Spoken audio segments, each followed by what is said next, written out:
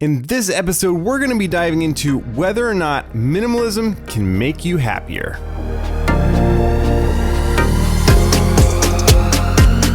What is up, my friends? Paul here, and welcome to The Beautiful Mess, where we talk about tools and tactics to improve your life. Today is no exception to that. We are going to be diving into whether or not minimalism can make you happier, because what's the point of owning less and, simplifying your life if in the end you're not going to reap any benefits for just, reducing stuff. So we're going to dive into this. I kind of did a little bit of research and found some articles that I think will be valuable. One coming from The Minimalist, the one and only.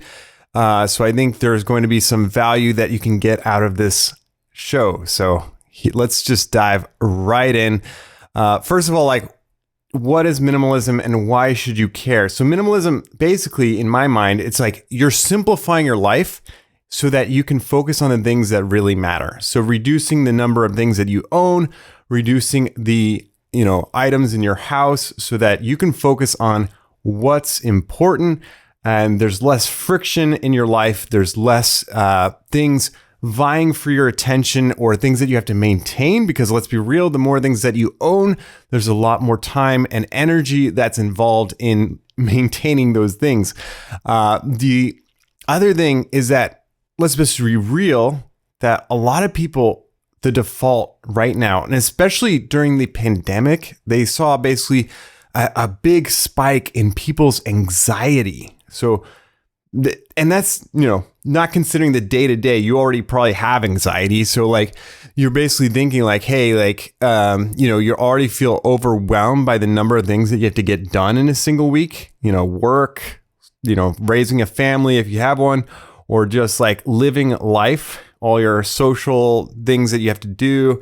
There's just a lot of things going on. So I think we can all benefit from something that could potentially reduce the overwhelm. And so we're going to see if minimalism fits the bill for this. And I'll be completely honest, I'm on this journey with you. I consider myself a minimalist. Am I a perfect minimalist? Maybe not, but I aim to find those things that will improve not only my life, but something that I can share with you and that can help you take away.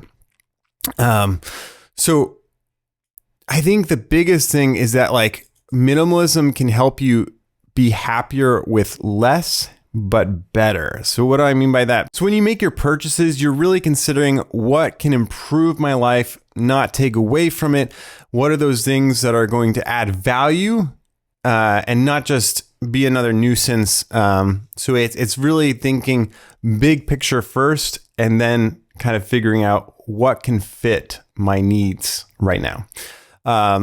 So it's saying no to the lesser things in order to focus on the more important. So it helps you kind of reevaluate what stuff in your life is important. Do you need all these memberships? Do you need all of these little doodads or decorations? Maybe it's enriching, so yes, go for it. But maybe it's just something that you feel like everyone else has, or I should have this because that's what people do. It's coming from a perspective of no. Let's first and foremost understand what's important to be a human being. What's the most valuable thing? Not just simply let's just pile on stuff that people say I should have. So again, it's just focusing on what brings you fulfillment in life. And I do believe that minimalism basically has different ways that people live it out. Me living out minimalism might be quite different from how you live out minimalism. But I think there are some underlying principles that can be applied basically to anyone that's looking to start minimalism. But let's see some of the ways that I've seen minimalism maybe make things better, or maybe increase happiness levels from either myself or those around me. So I think one thing is it reduces financial stress, because you're not necessarily just buying stuff for the sake of buying it. You're being very conscientious about your purchases because you aim to own less so that you can live a more fulfilling life. It's not just about getting more stuff. And the other thing is that it's less stuff to maintain or replace, and you don't have to pay as much for living space if you don't need as much space to store things. Growing up, we had a storage facility to store stuff that we couldn't fit into our home. We now don't, my family doesn't have it, but like, that's the thing, is that if you get so much stuff, you're eventually going to have to store it somewhere. You're going to have to, visit it from time to time and pay that bill for storing what you have. And if you're living with less, that means that you could probably, afford, or, it might work better for you to own a smaller home, a simpler, less to clean up, less to worry about, less to go wrong. There are some benefits to less but better. And the other thing that I found in some of my research is that when you focus on simple living, you tend to gravitate towards experiences versus just simply like, getting the latest gadget. You're like, I don't need the latest gadget. My phone works just fine. I'm happy with it. It does what I want it to. No reason to upgrade. And so with that, with your extra, maybe finances that you have available, you can have experiences. You can go visit these beautiful sites. You can spend time in nature and not have to worry about your large debt from buying a big yacht. It's simpler. Life with minimalism is simpler. And that's the thing that I want to also hone in on, is it's not just about less stuff, but it's also like a sense of simple living, intentional living. It's like you're living life with like every part of, like you're in the game. You're like, you're in the zone. You're in the game. I think that's one of the things, is like focusing on the experiences rather than the material goods. I definitely think it's one way that minimalism can lead to happiness. I wouldn't say that minimalism as like a blanket statement, will lead you to happiness necessarily, but if you practice it in a way that brings you fulfillment, yes, I do believe that there are ways that minimalism can bring you happiness, and that is one of them, is focusing on experiences and not on material goods. The other thing is that there is less friction when you reduce possessions, because, reduce processes. That's what I wanted to say. There's less friction when you reduce processes, like the steps that you need to take to do something. I've definitely found that in my own experiences, as like sometimes you're approaching something from like, okay, generally speaking, you need to start here and you need to do all of these things along the way. However, maybe you really only need to do these 3 steps, like for example, this podcast. If I wanted to, I could spend hours upon hours editing this podcast. I could spend hours to hours, just getting the little details right. But because as a minimalist, I'm saying that, yes, I value making this podcast, but it's not the most important thing. So I'm going to devote this amount of time to it. And with that time, what can I do to make the best podcast possible? So it's like working with intentionality within, that time frame that you give to the what's important.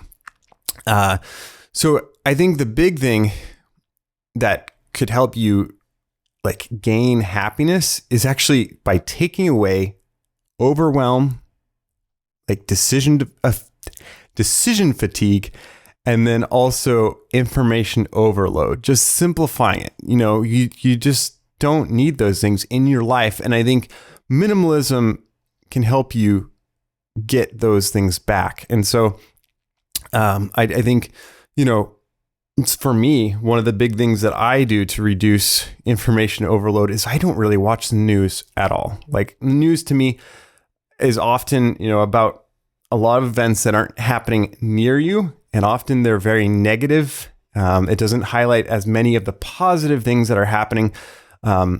Yes, sometimes I'll watch, like, maybe if there's a big event or something that's noteworthy, that's worth me at least having some awareness, because that is what other people would be talking about.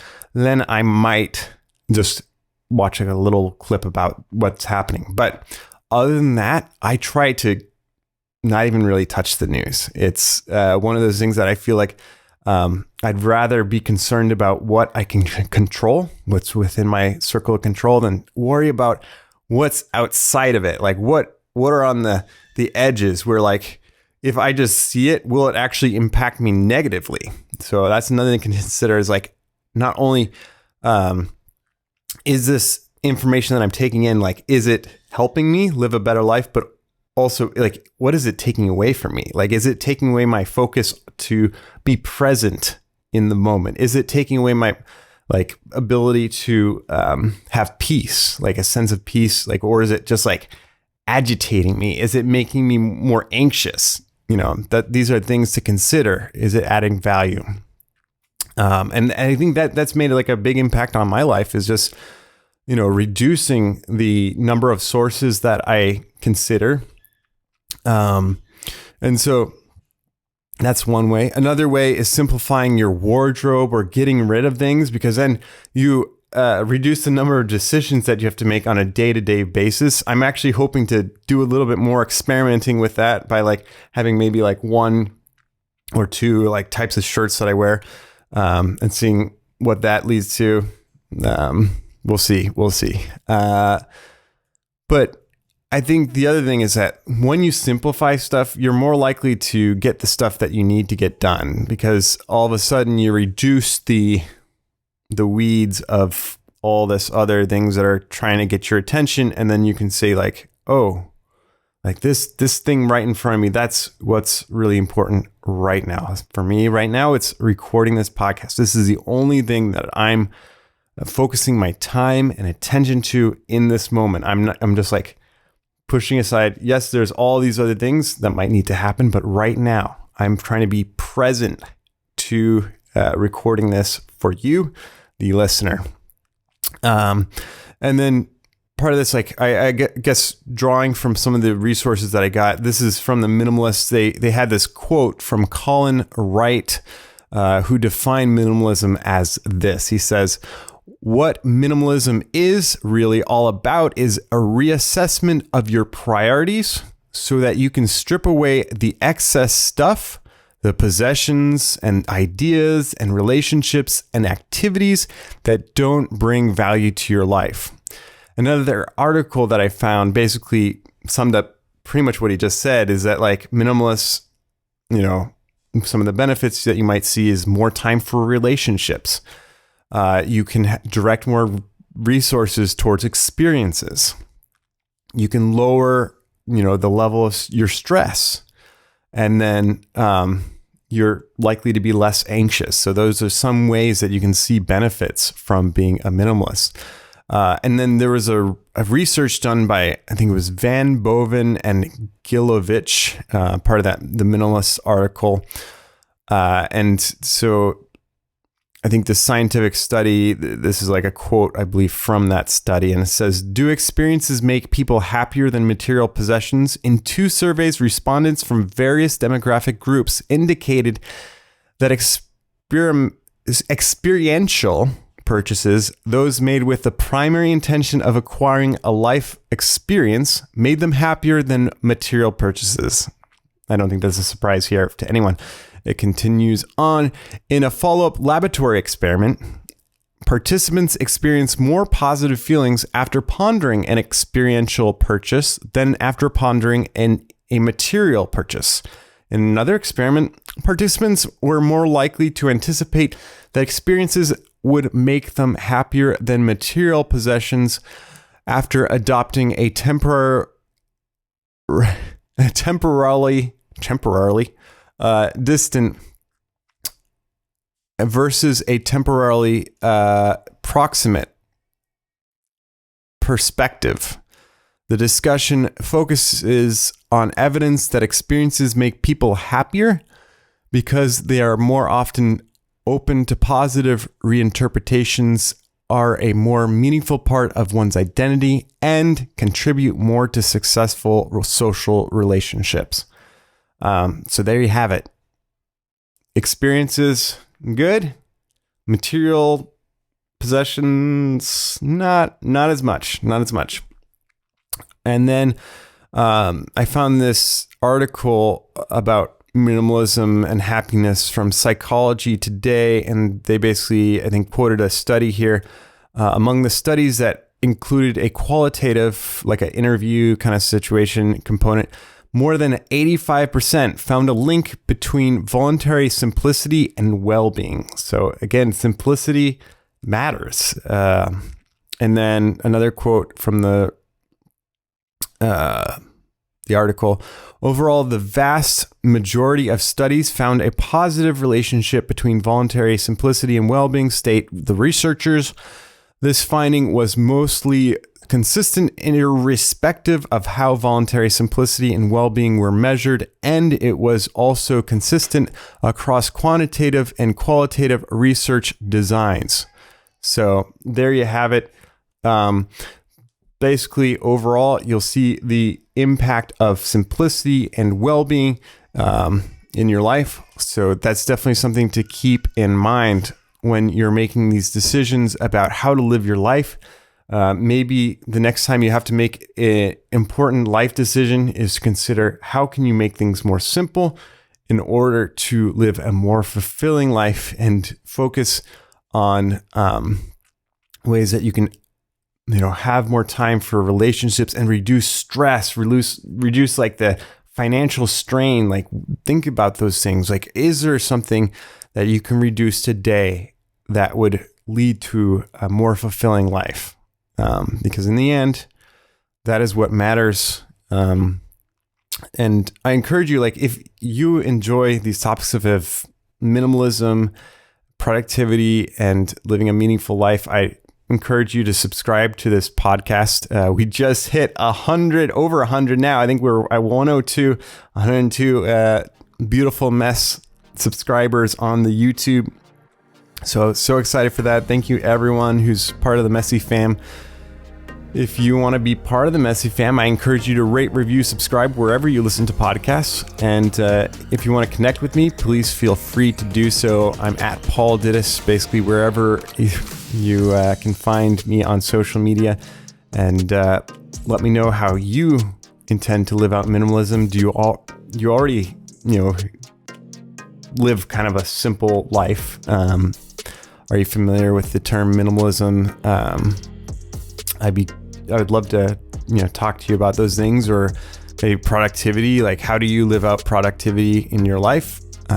What are the things that you find that help you live a more meaningful and happier life?